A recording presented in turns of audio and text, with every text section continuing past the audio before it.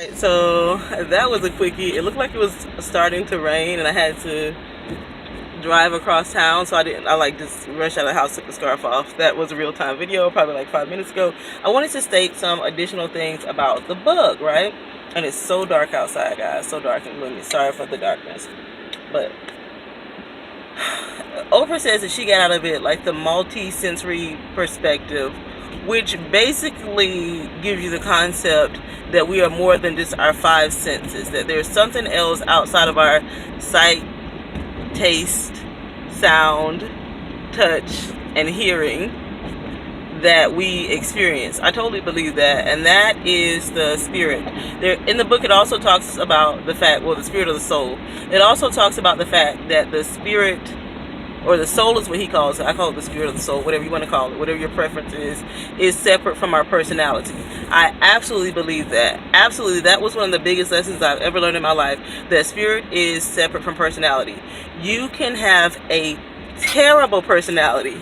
I myself have a terrible personality, but I have a great heart. I will do anything for anybody. I will work my butt off. I may come at you the wrong way, and I may offend you while I do it, but if you need something and I can do it, I'm going to make sure it happens. And that's the same way as you can have a great spirit. Is that the same thing I just said? That is the same thing I just said. You can have a great spirit and tell personality, or you can have a great personality and a terrible spirit. It's like the con man with the smile, right?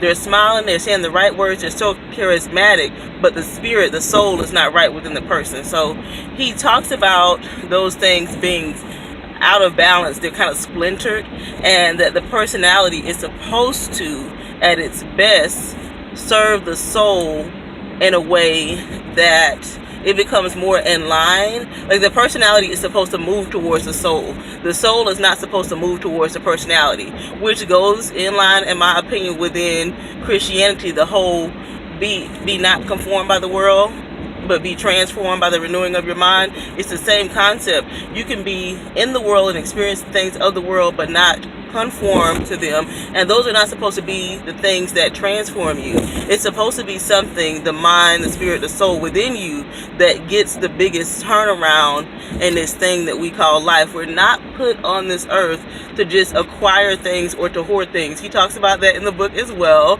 He talks about how we as human beings are the only animal that likes to hoard and warehouse things. The only other animals that do that are the ones that need it for the winter. But most animals don't just hoard all year long, all lifetime long, just all of this acquiring of things and over possession of things, and making that the means to an end, or the ends to the mean, making that the number one focus. So those are the good pointers that I will get out of them. I did want to come back and say this before people get down there in the comments with their angry fingers and angry crayons, whatever you want to call it. I am not trying to change anyone. I'm also not searching for answers. I believe what I believe, which is the word of God, the Bible for me. I believe that most religion does have truth in it and do follow, or does it do or does, and does follow the same core principles. You know, the face of the person that brought the message is different, but in the core of everything, when it concerns organized religion, is really getting towards the spirituality of the person, right? That every belief system, mainstream I should say, believes that there is something within us that is greater than us, that created us, and that we will come from that and go back to that. It's just not the end. I know that some things believe that it is the end.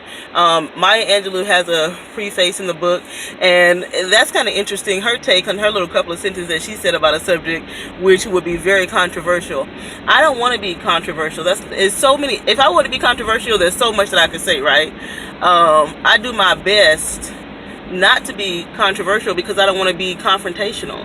I want to give, in the most positive way, a new perspective and way of thinking about things for myself. The reason why is that it's that whole old school philosophy of getting outside of the box. How can you ever get outside of the box if you don't recognize that you're in one? And we're all in a box, and certain boxes work better for certain people. Goes back to my video about boundaries. There's nothing wrong with having boundaries within yourself that says, you know what, I'm not open to new ideas. Just recognize that's you. And I'm gonna have to stop filming because now it is starting to rain and I hate driving in the rain.